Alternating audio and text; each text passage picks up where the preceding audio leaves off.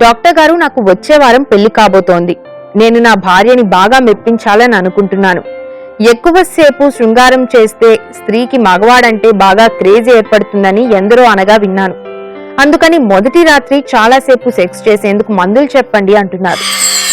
మందులు సెక్స్ అని కాదండి, ముందు మనసు పడాలి, మనసు ఫోర్ ప్లే చేయాలి.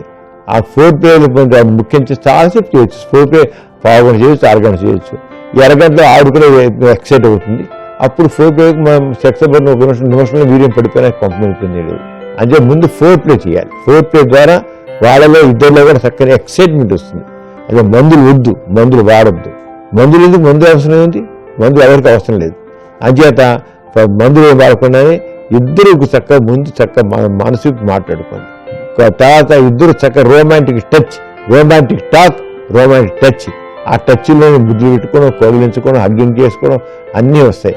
అది ఎక్కువ ఆ టచ్కి ఎక్కువ ప్రాధాన్యత ఇవ్వాలి. ఇచ్చిన తర్వాత అప్పుడు సెక్స్లో వాళ్ళు పాల్గొంటే తప్పకుండా చక్కని థ్రిల్లింగ్ ఎక్స్పీరియన్స్ వస్తుంది.